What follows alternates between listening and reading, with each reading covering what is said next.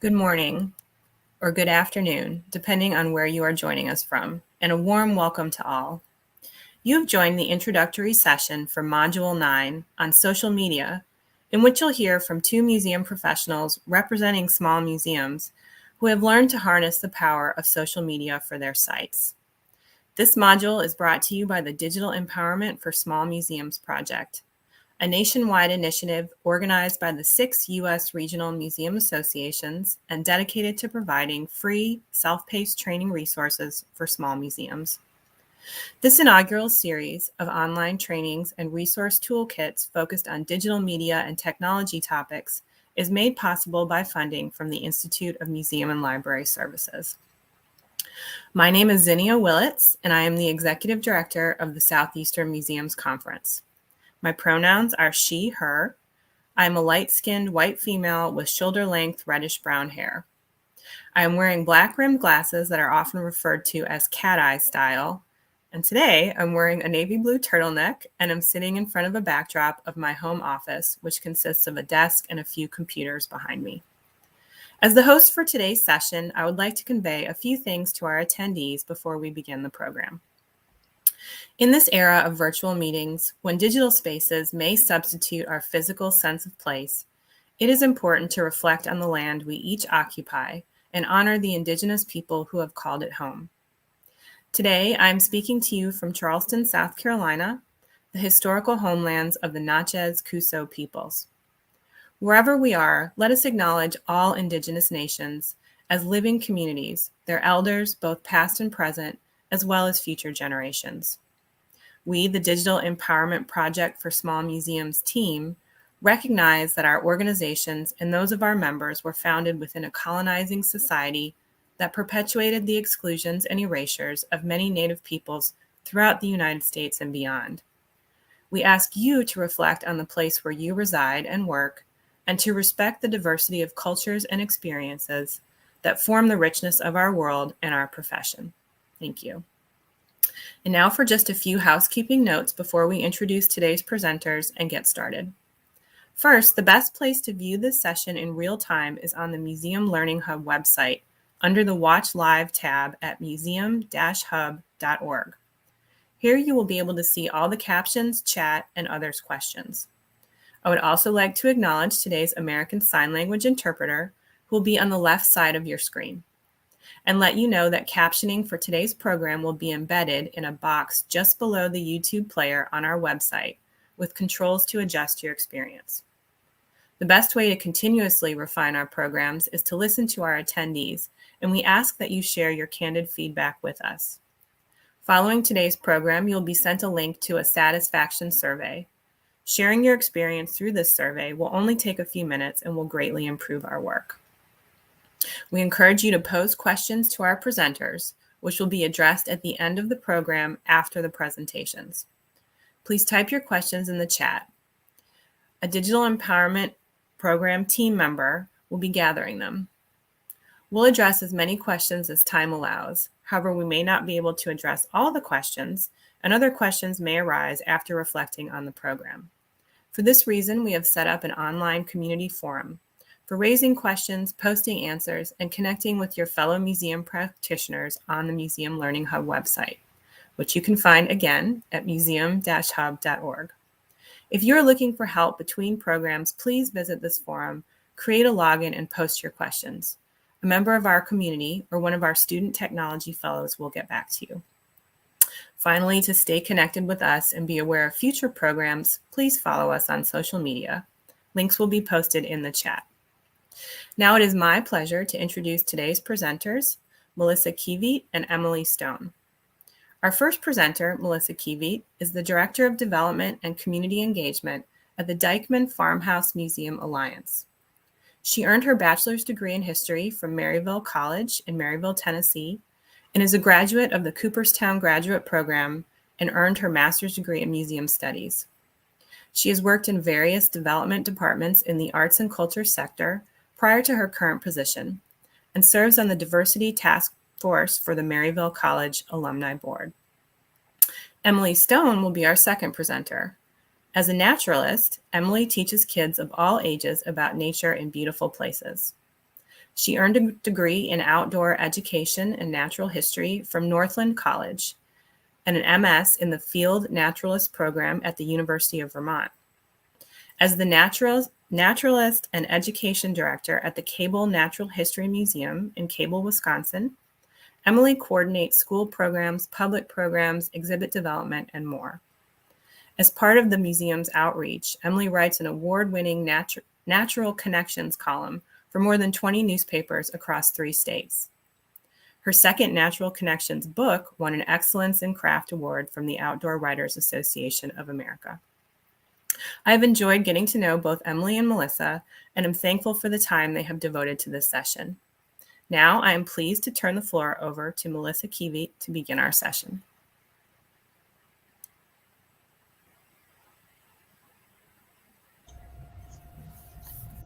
Thank you, Zinnia. All right.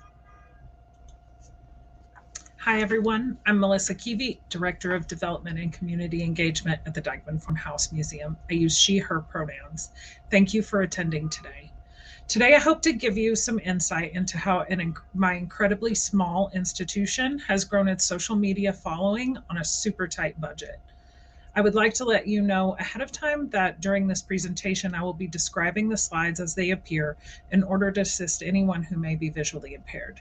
This slide has a photo of me, a white woman with brown hair, wearing a white sweater, and it describes my credentials: a Bachelor of Arts in Histories, a Master of Arts in Museum Studies, and Director of Development and Community Engagement at the Dyckman Farmhouse Museum for the last 4 years. To start, I'm going to give a brief background on who I am and how I came to manage the social media for the Dyckman Farmhouse Museum. This slide includes a picture of me wearing a black t-shirt with 5 names of enslaved and freed people whose labor made the farm prosper: Hannah, Gilbert, Francis, Harry, and Will. It also lists a few of my daily duties at the museum: community engagement, fundraising, managing volunteers and interns, collections care, landscape garden management, and operations management, to name a few. As you might have noticed from my credentials on the last slide, I do not have a background in marketing or digital media. I have a Master in Museum Studies and a lot of experience on Googling how to do things that I did not go to school for. As you can see by this slide, I wear a lot of hats at the museum. Our staff size is 3 full-time staff: an executive director, an educator, and myself, and 1 part-time staff who works on research and helping me with digital humanities projects and social media. This means that I have a lot of things to do, and social media does not always take priority. I will talk a bit about how I manage that, but first I want to let you know what subject I plan to cover today. This next slide is on a background and shows an overview of the topics to be discussed over the next 15 minutes. I'm going to give you some background on the Dyckman Farmhouse Museum so that you have an understanding of what the museum is trying to accomplish through its social media channels. I will discuss how I went from using only private social media accounts to successfully running a business account, which is very difficult and a little intimidating, if I'm being honest. Then we will discuss my favorite community engagement tool to date, Luna. And finally, we will discuss how DFM has kept up with change and how we have built a network to support continued social media engagement. Before we get started, I would like to take a moment to share the museum's Acknowledgement of Land. This slide is a background with these exact words. The Dyckman Farmhouse Museum recognizes and acknowledges the land on which the farmhouse stands. Dutch colonists removed the Munsee Lenape people from unceded land not far from Fort Tryon Park, where tribal groups lived until the late 17th century. Munsee Lenape people are still alive today. We are also on land that enslaved Africans worked to better the lives of local Dutch farmers. These men and women built much of this country under brutal conditions, without pay or acknowledgement. We name the original stewards of this land as a way to recognize the complete history of our nation, both the harm of colonization and the potential for repair. On this slide, I'm sharing a very brief timeline of the Dyckman Farmhouse Museum with a picture of the farmhouse in black and white taken in the mid-1960s to highlight the famous Dutch gable roofline. The farmhouse was built in 1784 in what is now Upper Manhattan, but then was very rural farmland. At its peak, the Dyckmans owned approximately 250 acres of farmland. The neighborhood was not developed until the 1920s and 30s. Heading way back to the 1660s, the first ancestor of today's farmhouse arrived and settled in Harlem. With partnership with a friend and neighbor, they took over today's Inwood and turned it into farmland for themselves and to sell off to other arriving European families. During the American Revolution, the Dyckman family fled upstate as British troops took over Upper Manhattan. When they returned at the end of the war, the original homestead was destroyed. The family built the current home as it stands today in 1784 and continued to farm on 250 acres of land with the use of enslaved labor. The farm continued to be inherited by the Dyckman family members until about the 1860s. With growing population of Manhattan, farming was becoming less desirable as urbanization crept up northward to Upper Manhattan. The family tried selling the farm in 1871. In 1871, it officially left Dyckman ownership. It wasn't until the early 1900s that urbanization and the arrival of the subway system severely threatened the survival of the farmhouse. Descendants of the last Dyckman owners of the farmhouse, sisters Mary Alice Dyckman Dean and Fanny Frederica Dyckman Welch, bought back the home in 1915 to preserve it. The sisters donated the home to the city of New York in 1916 to be opened as a museum. The home fell to disarray in the past decades, so renovations and redesign brought it back to the way the farmhouse is presented today. The Dyckman Farmhouse Museum has now been a museum for over 100 years, as well as obtaining national and New York City landmark status in 1967. Now for the fun part, the community we serve. Pictured here is a map of Upper Manhattan labeled Little Dominican Republic and several images of our community members on the grounds of the farmhouse. Community members include Indigenous, Dominican, Black, and white representation. Today, the farmhouse is located in a very busy neighborhood that is divided by Broadway, the road that the farmhouse sits on. East of Broadway is traditionally where the Spanish-speaking community lives, and west of Broadway is traditionally where families that predominantly speak English live. The city has grown up around this farmhouse and the half-acre park that remains of what was vast farmland. And 70% of our community are Spanish-speaking, and to be accessible to our community, all services and labels are offered bilingually. Slide 8 has an image of a keyboard with a large green button reading social media marketing. The title of the slide says Going from Personal to Business, and the bullet points read Managing Expectations from Supervisors, Hootsuite, Social Media Marketing for Dummies, Peer Groups, and Google. No, really. When I first came to the Dyckman Farmhouse, the posting to their Facebook, Instagram, and Twitter was pretty minimal and inconsistent because there simply was not the staff to go through the time-consuming process of content creation and scheduling posts. The job was handed to me, and immediately I had no idea what to do. I had my own Facebook account and no Instagram and no Twitter, and honestly, Twitter remains my least favorite platform. The following on Facebook was about 1,300, Instagram about 300, and Twitter about 90. Today, our following on Facebook is about 3,900, Instagram 2,600, and Twitter 1,100. In addition, we have added a LinkedIn profile and a YouTube page and are working to grow our following there. How do you go from using an app to keep up with family and friends to managing multiple social media platforms for a company? My advice is to take it one step at a time. The first thing I did was manage my superiors' expectations. I let my superiors know that this was a learning curve for me and to be patient while I learned the ropes. Then I set out to find anything I could that had to do with social media. I took a course I found through Hootsuite, which cost about $100, where I learned how to create a social media strategy document that would guide me through creating content. I bought a book, Social Media Marketing for Dummies. It really helped me understand the differences between the different platforms and how to use them effectively. I joined multiple Facebook groups. Heads up, my favorite one is the Museum Social Media Managers group. And if you haven't joined, do it right now. No, really, I'll wait. It's important. It has saved my life more than once. And of course, when in doubt, Google it. I started with every free and cheap resource that I could. Google and Peer Advice are always free.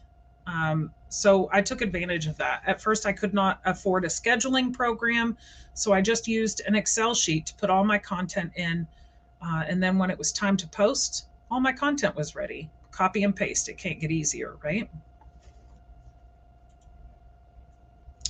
Slide 9 is titled Luna and shows 3 images of the stuffed lamb.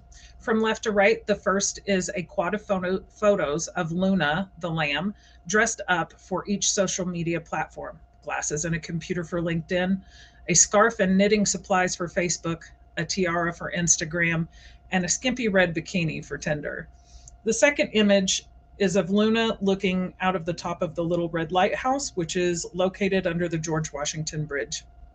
And the third image is of a Luna eclipse, which shows 4 images, each of which shows a little less of the lamb until she has completely disappeared.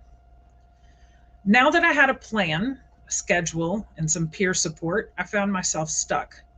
How do you make history enjoyable for the masses? I mean, I love history, but not everybody does. They find it dry, boring, and frankly, exclusive. In the words of Mary Poppins, a spoonful of sugar makes the medicine go down. I needed some sugar to deliver the history. I thought to myself, well, what does the internet love? The internet loves animals. No one with half a heart can resist the cute or funny animal videos. So I thought, why not have an animal? We are a farm. It makes sense. But sadly, we're in Manhattan and there's a lot of rules against that.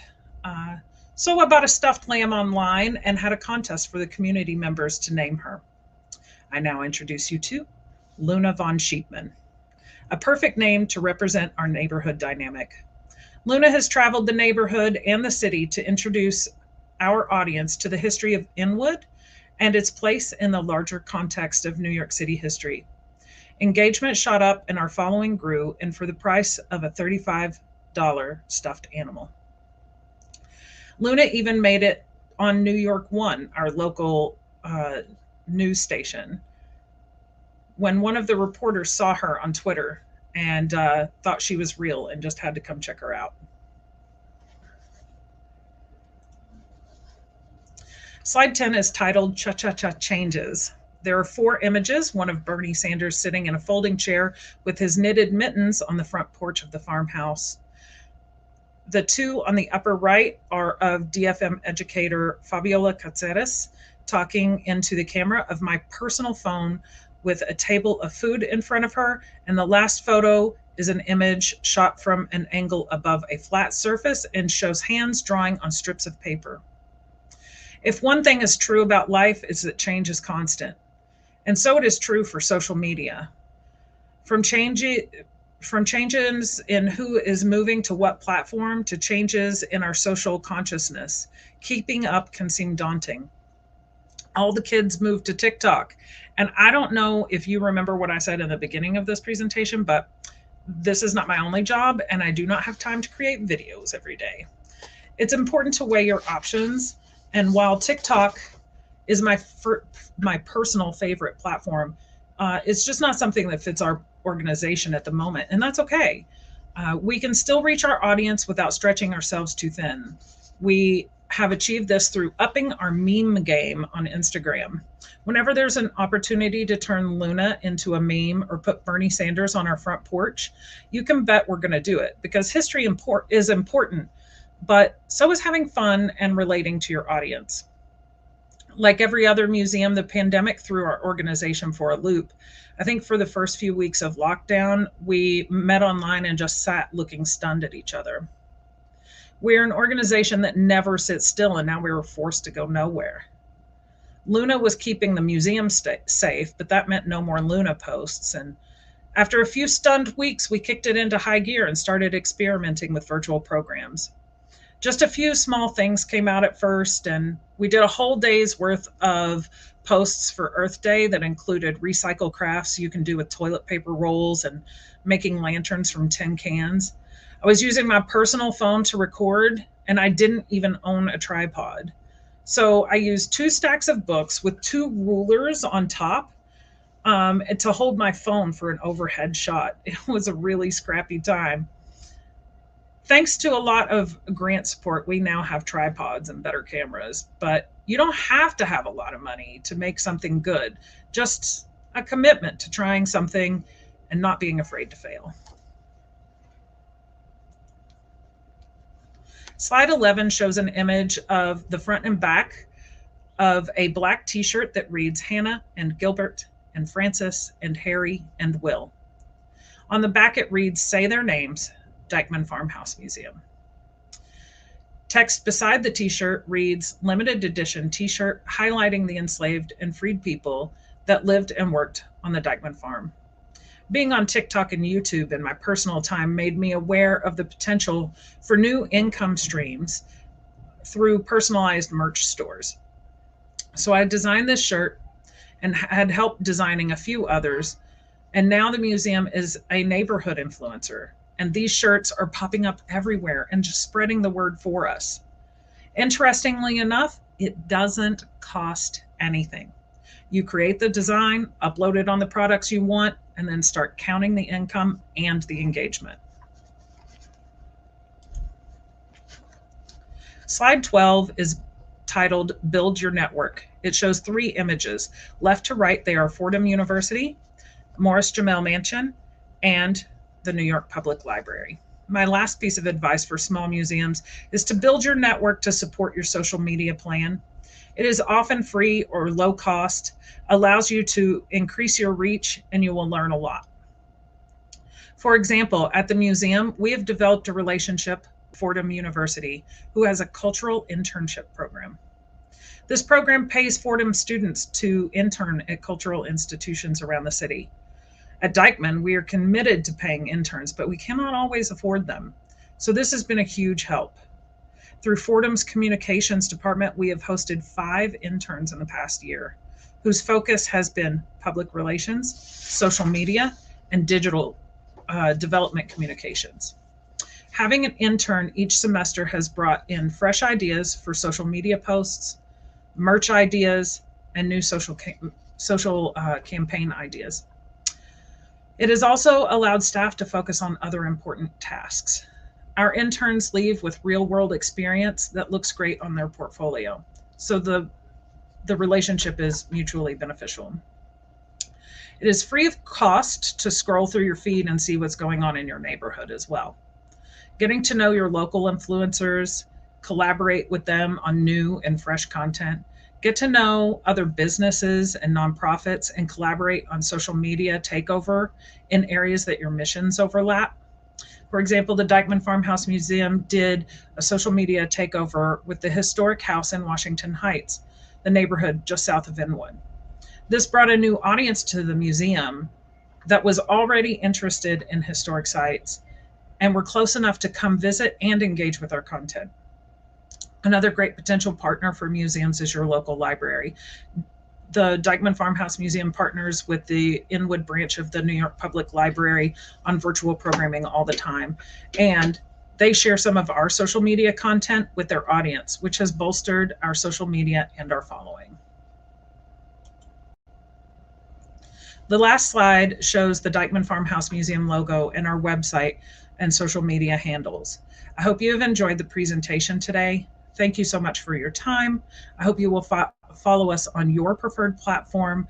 Our social media handles are Instagram at Dyckman Farmhouse, Facebook at Dyckman Farmhouse Museum, Twitter at Dyckman Farm, LinkedIn, and YouTube at Dyckman Farmhouse Museum, and our website is www.dyckmanfarmhouse.org. Thank you. And now I will hand it over to Emily.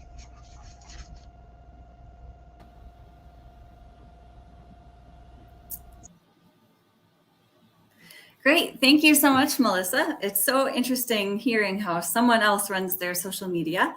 My name is Emily Stone, and I am the Naturalist and Education Director at the Cable Natural History Museum. I use she, her pronouns, and I am a white female with short curly brown hair, a gray headband, and a gray flannel shirt. I'm sitting in my messy office with images of ravens, foxes, birds, and kids on bulletin boards behind me.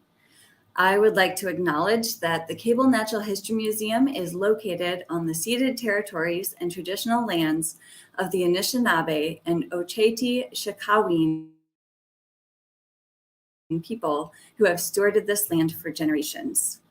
So I've been at the Cable Natural History Museum for 11 years, and it really is the perfect job for me. I was a nature kid. My dad was a nature writer and photographer for the Des Moines Register, and I am a naturalist in every sense of the word. So I'm really happy to be here, and today I'm going to share some of the museum's most fun and successful social media posts. We're on Facebook and Instagram, and I spend only about 1 to 2 hours on social media per week for work.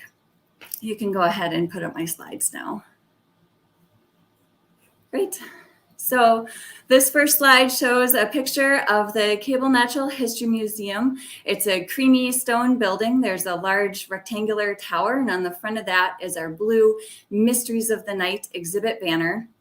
The roof line is green and layered like the boughs of an evergreen tree.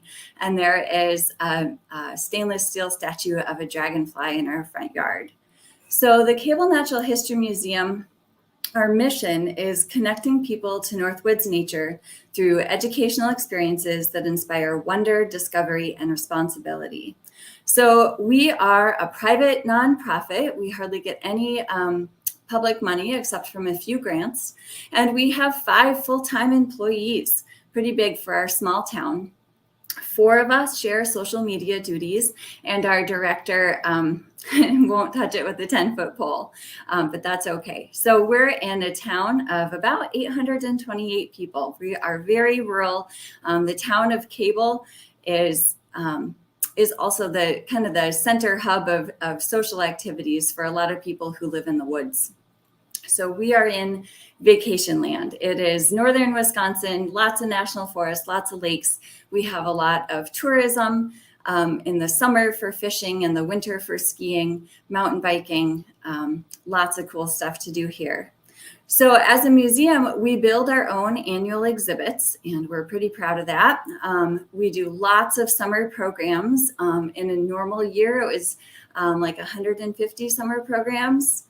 One of those is our Junior Naturalist Day Camp. We also work with the statewide Master Naturalist program, and we do school visits during the school year as well. So that's us in a nutshell. And one of the best things about being a natural history museum in the middle of the woods is that nature is in our collection. We don't have to stick with just the objects and artifacts that are here inside the museum. Anything is game. So this was a video from a social media post last spring. I'll play it for you.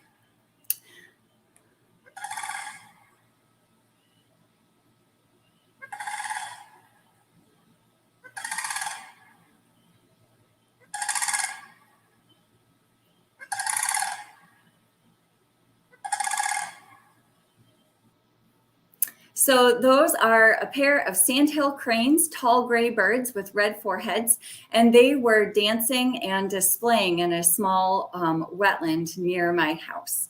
And it's pretty thrilling to hear their croaking calls. They kind of sound like dinosaurs.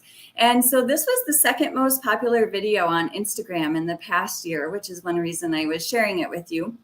And it was just a simple post about the cranes are back and listening to them and watching them display.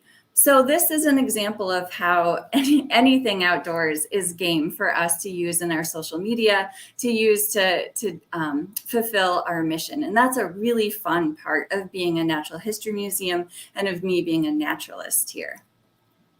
So we're in the middle of 1.5 million acres of national forest. And I actually live in the museum staff house, which is right on the edge of that national forest. So I have endless access to nature. And in fact, this video, I spotted the crane on my drive home from work one day, and I just always have a camera with me in case of this. That's part of having a father who is a photographer. It was so annoying when I was a kid, and now it's what I do. And the camera I use is a Nikon Coolpix that we bought with grant money several years ago now. So long ago, the camera is now falling apart.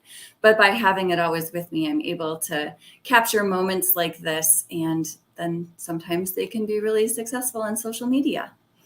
So there's also a little thumbnail on the side here that says the reach of this post on Facebook was 10.3 thousand people, which is pretty darn good for us. So this next slide shows, gosh, how do I even describe it? So it's a rainbow of frog names, and they are staggered by season. It's titled Northwood's Frog Call Phonology, and the months March, April, May, June, July, and August are represented. Let me just play this for you.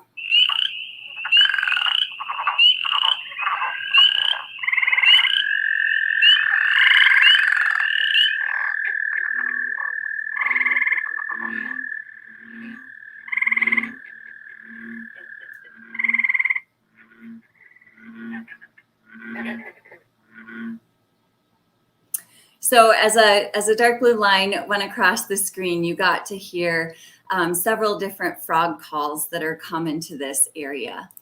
Oops, I didn't mean for it to play again. So this video went as viral as anything we've ever done. We did post it to both Facebook and Instagram. And we got lots of views and requests from other organizations to use, lots of really great comments about how people love hearing the frogs. We uploaded it to our YouTube channel to make it easy for educational partners to embed it on their websites. And I created it just using audio tracks from the exhibit, the Mysteries of the Night exhibit that I was building at the time. And I used Audacity, an free audio editor, to create the soundtrack. And then I put that into PowerPoint for video. So using a really simple PowerPoint animation. And the whole idea was inspired by our first grade museum mobile school program lesson titled Frog Chorus. And as fun as this video is, it's far more fun to do this same thing with first graders in a classroom. But the best thing about this is that it really applied our mission of teaching people about Northwood's nature to a really wide area.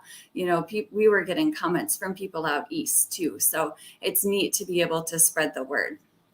And I did post this to my personal account first as I was testing it out. And it got a lot of exciting responses there. So I knew it was going to be big when it went onto the museum's Facebook page.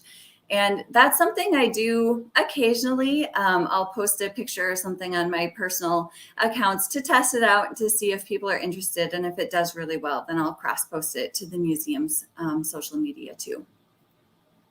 So here is another example of a different type of post. What you're seeing is a screenshot from the back end of Facebook where you can see the slides showing lawns and a sign saying Nomo May, and then all the performance statistics for our post. So I'm calling this a timely topic tag along because we tagged along to Nomo May. Which is something that quite a few organizations were posting about this spring. So Haley created it.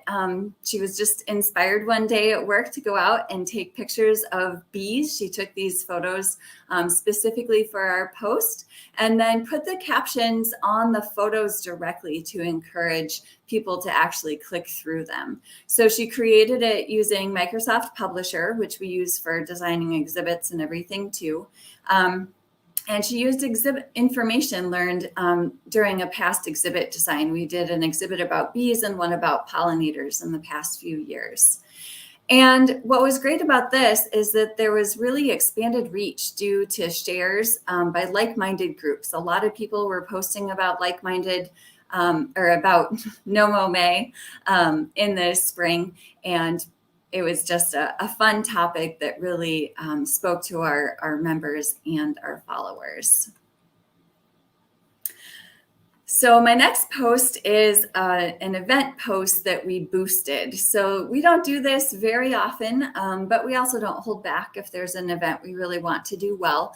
So you can see the picture for the event is just the smile of a woman holding a little warbler. It's a chestnut-sided warbler with a yellow head and some black markings on his little face. And so I took that picture using a photo from a previous year's event. And Molly actually has a project in Canva, which is a really nice design website, where she can put the title of the event and the date and everything right on top of the picture. Does well for our Facebook banners for events. And the title of the program is Bird Banding in the Muckwa Barrens, which is the natural area near the museum. So this was created by Molly, and this is one way we split up our duties. So Molly is our curator, and she's also in charge of creating our Facebook events and generally managing the Facebook account, where I take charge more of Instagram. But we all help with everything. And we boosted this particular event as an ad because I had expected it to be really interesting, and there was low registration that I figured was because people just didn't know about it yet and hadn't noticed it. So we did spend $22 on the bump, and also posted it at the top of our weekly e-newsletter. I went back and looked at the people who actually registered, and they were all members who probably saw it in our e-newsletter instead. So this slide is a staff picture, 5 women in our collections room. So we're all posed around a full-size mount of a buck deer with big antlers, and there's a shelf of ducks behind us. And you know, this is our dream team of 5 women running the Cable Natural History Museum. And I created this post as part of the hashtag Museum30 month of posts. So there, someone comes up with these 30 post prompts, and they really help inspire creativity. It's fun to use those to post about stuff we wouldn't normally post about. And we can still use those different posts to tell our story. And it was fun to figure out ways to do that. This hashtag actually increased our reach by 17.6% on Facebook, which was fun to see. And one reason that I put up this particular Museum 30 post is that staff photos tend to do really well for us on social media. I think part of that is because people like seeing smiling faces, also because we're really integrated into our community and have a really strong emotional connection with our neighbors and our members and our followers. And so, you know, it's just something that it's easy to like. So we don't do it too often, but when we do post a staff photo, it always gets good engagement. This next slide shows a post, and the picture is a canoe with a canoe paddle, and it's on a glassy, calm lake with evergreen trees in the distance. And this post is part of my Natural Connections series. So I write the weekly Natural Connections newspaper article, which are also posted as blog posts and podcasts, and we use social media to announce those and promote those. So on this particular week,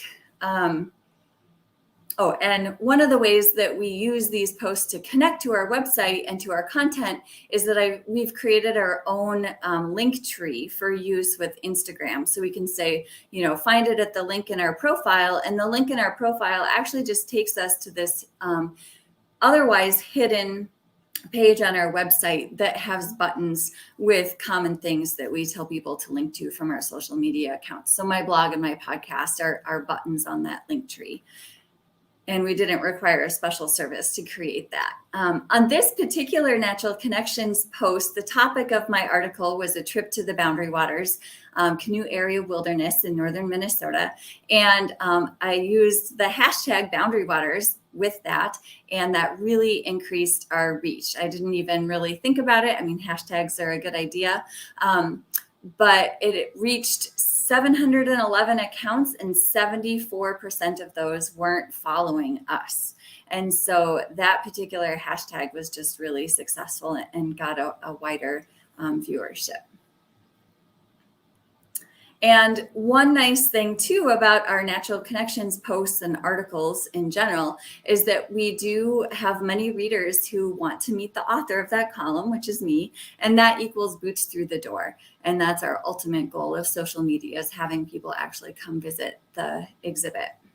So here are my 2 books, compilations of those newspaper columns, Natural Connections 1 and Natural Connections 2, and they're collections of nature essays. If you want to find out more about those or any of my other posts, you can go to our website, cablemuseum.org/connect. So just like I post my Natural Connections column every Friday morning, each of us naturalists writes a blog, and we each have our own day to post. So this is a picture of a male American kestrel, so a small raptor, and this is a blog repost. So Haley, our naturalist, created it using an iPhone video, and it ties into her weekly blog and e-newsletter content. So her designated posting day is on Saturday mornings. And so she posts about our living collections. So our birds and our snakes, our salamander. And this in particular is Aldo, the American kestrel. He's so handsome. All right, and this is the last type of post I wanted to share with you. So the picture is of 2 little goslings, yellow baby geese, and they have their mouths wide open like they're squawking. And so this post was to announce our photo contest where the People's Choice Awards were being run on Facebook. And so, I share some of the numbers here on the side, but really, the details of the photo contest are pretty fun. So we did, on the entry form, we included a waiver with strong wording so people would know for sure that their photos would be posted on social media, potentially forever and ever. And we had one professional judge to judge half the contest. And then we did the People's Choice Awards on Facebook where the public could vote. So liking a photo got it 1 point and commenting on it got it 2 points. And that really increased engagement too. And photographers were encouraged to share the posts with their friends in order to get votes. And that also increased our reach. And we used Instagram stories to drive traffic to Facebook because Instagram doesn't have the same type of engagement to allow voting there. So here is another one of the posts from the photo contest. So this is our championship round. And so there's a grid with 4 photos. The top photo is a lily pad with several baby snapping turtles on it, and see if you can find how many, or maybe they're painted turtles, how many painted turtles you can see there. The lower left picture is of a common loon adult feeding its fuzzy brown chick.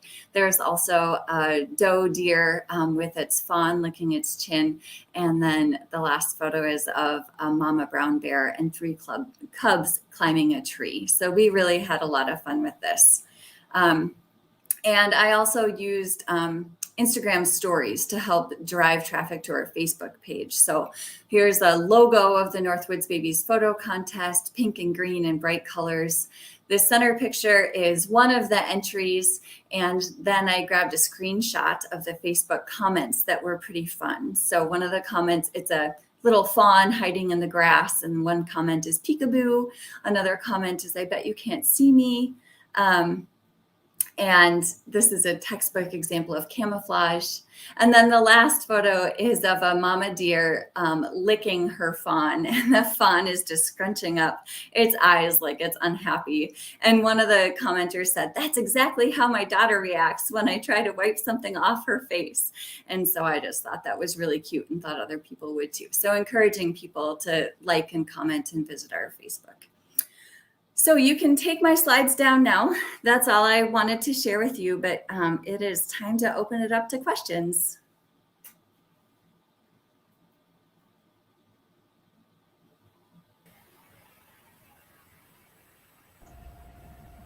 All right. Thank you. That was great. And as someone that, also for my organization, very small staff of 2, I was listening to all the different advice on the different platforms. So we have some questions that have come in. Hold on, let me just grab them up here. First of all, this is really to both of you. Do you ever pay to boost posts or run ads on Instagram or Facebook? I guess I can speak to that. Yes, we do, though we're very selective about it. Generally, we only do that when we have a big event that we're trying to drive people towards. Emily? Yeah, that's the same for us. Mostly it'll be a post about an event that we are scheduling at the last minute. Sometimes we're spontaneous in what we do. And also if it's an event that we thought was going to get a lot higher engagement and hasn't yet through our regular channels. Okay. Yeah, budget becomes an issue, right, too. And thank you both for sort of commenting on how much time you spend on social media per month. It's good, or per week. It's good to put it in perspective for everyone. Emily, this one's specifically for you. When others asked for permission to use your frog chorus video, how did you give them permission? Was it a text chat exchange or on the social media platform, or did you send something official? Any concerns about extending the rights to others? However they asked me, I just replied. We're pretty easygoing about that type of thing. With my Natural Connections articles, even we give those away for free to people. So I was a little hesitant, but also didn't have an easy way to manage any other way of giving permission or rights to the frog video. And honestly, it's on social media, it's on YouTube, and people really can use it however they want. There's not an easy way for us to restrict it. So we just let it go. Okay. And then before we go too far in a different direction of topics, have either of you ever utilized Google Ad grants?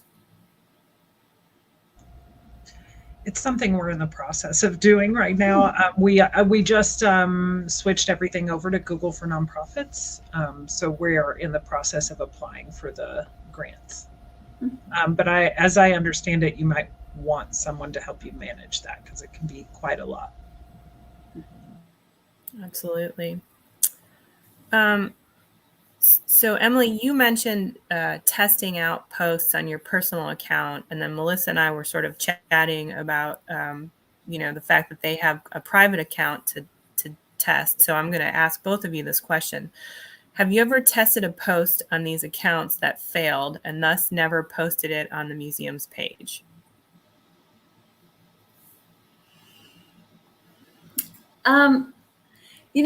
I guess so. I mean, if I post something on my personal page and it doesn't do anything exciting, then I won't post it on the museum's page. I'm not always directly thinking of that connection because I'm a naturalist and the museum is a natural history museum. It's all blended. Like the type of content I post on my personal is very similar. So only if something really is exciting on my personal page would I consider transferring it to the museum's page.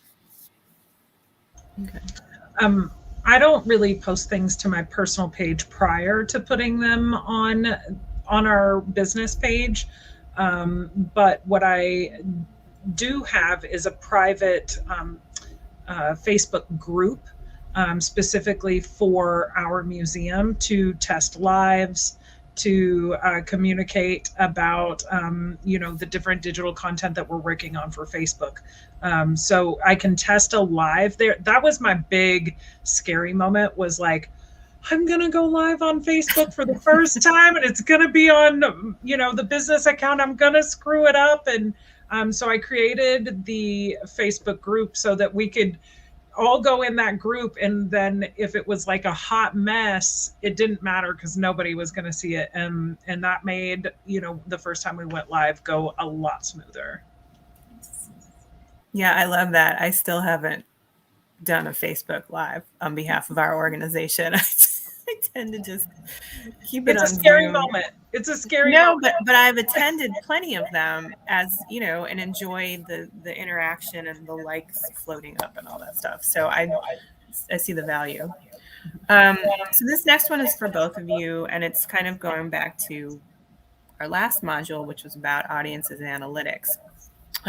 This person would like to hear more about how you measure the impact of your social media. Are you looking for outcomes beyond the likes, shares, and follows that are standard measurements in the social media platforms, or is that sort of just your baseline?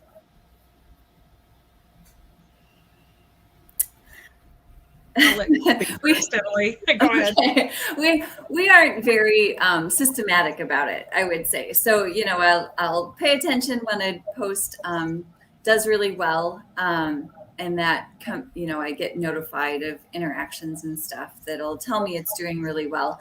Otherwise, we do just really hope, you know, with an event post, we hope that people will register for the event. Or with the photo contest post, I was really happy with how many people were engaging with that, and we got lots of votes from people. So it's really specific to the different types of posts, and we don't have any formal goals or formal way of measuring anything. We're happy with whatever we can get, and we're not willing to put a whole lot more time and effort into really upping our game. Melissa? Oh, I think she might have frozen. Uh-oh. Because she just has a much more organized answer. Well, just sort of a part two of that question. When you report your social media numbers, have you figured out how to aggregate social media stats for a unified number, or do you always report them individually since each platform measures engagements differently? So we don't actually report. The board doesn't care all that much on our numbers. The one I did report on was the frog phonology video that went viral. So I was really excited to share the numbers with that. But otherwise, we're happy just coasting along as we are, and the board is more interested in other types of our work. Okay. Well, hopefully Melissa will come back on and join us when she can. Here's an interesting one that we'll see what you do with this. How quickly do you respond to current events? Do you respond to current events? It depends on the current event. We don't always. We, as a museum, we try to be very neutral and stay out of any issues that might be somewhat controversial. So we don't do that much with current events. I know with the Bernie meme, I was happy to see Bernie in his folding chair with the mittens. I don't remember if we posted that to social, but I did use a slide of him in a slideshow right away after that all happened. So, but our nature is that we don't do that much with current events. Okay. Melissa, you're back. Yeah, I'm sorry, my Parks internet decided to just go out for no reason. Sorry. That's okay. Just glad to see you back. Well, what do you have a comment on this? Do you respond to current events, or do you have a sort of a policy on that? It's a hot button topic, and I know that museum social media managers page is a great resource for help there. We have a couple of policies. One, if there's any big event, we come together as a team and decide how we're going to address it. And we do that, you know, it's usually like an emergency meeting. I know that in the beginning of the pandemic, and when, you know, George Floyd things and things kept happening, we came out, you know, with a statement, and have followed that up with action. Here's how we are actively addressing what we said in the statement. And you know, as far as policies go, we don't have a hard and fast policy, other than we don't acknowledge trolls. That's the big thing. Is sometimes we get people and that have, you know, mean and awful things to say, and we just ignore them rather than fuel the fire. Yeah, that's a hard one, and I see the discussion go back and forth on that all the time. It's just the age we're living in right now. Everybody wants to comment on everything. Here's one that just came in. How many of your posts are scheduled in advance or pre-planned versus content that is sort of posted on the fly? That's a good, I'm interested in this one too. For us, I would guess that at least right now, about 2/3 of our posts are scheduled ahead using Facebook Business Manager, and maybe another third are posted in the moment. That's a guess. I would say for us right now, 75% are scheduled. We always have some last minute stuff come up, and we may already have a scheduled post that day, but we'll make up a post anyway. If something comes up or if something cool is happening at the museum that wasn't expected, then, one of us is here to take a picture of it. We'll send it to whoever is working on social media that day and get it up pretty quickly. Yeah, that's the same for us. Most of ours are scheduled, but then sometimes, again, this is where that overlap between personal accounts or personal social media use and then business, I'll just be on there doing my scroll and I'll see something that, well, I should share this with SEMC. And but then I'm always worried that my other staff member who's doing social media, I'm going to like preempt one of her scheduled posts. So it really is a little bit of a complicated dance with the on the fly. Sometimes when I'm doing an on the fly post, I'll actually schedule it for an hour out. And that way we don't step on each other's toes because you can look at the scheduled posts. It's very smart. See, I've just learned new. Well, we're getting to the end, and there's been some great questions. I guess from each of you, a final thought on a best practice you might convey for creating content for a social media platform. From our perspective, it's to have fun with it too. I mean, the more fun we're having with pictures of nature happenings at the museum, the more engaged our audience is going to be. And that's also just our nature as an organization. We tend to be a little less organized and less scripted, and it tends to work out for us. So have fun with it. Thank you.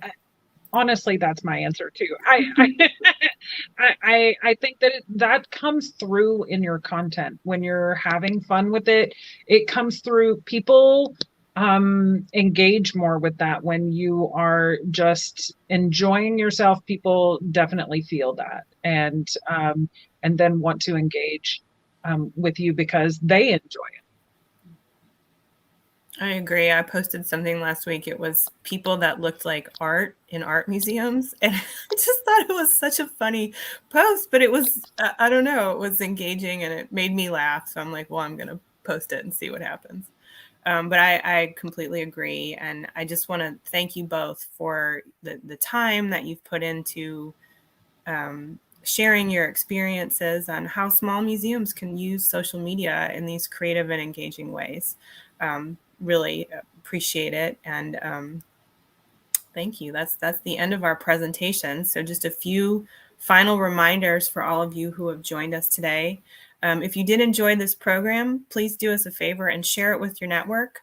We really appreciate participation and we hope to see you at future programs. We're going through 10 modules, so we're getting towards the end here, but we've still got a lot of content ahead of us.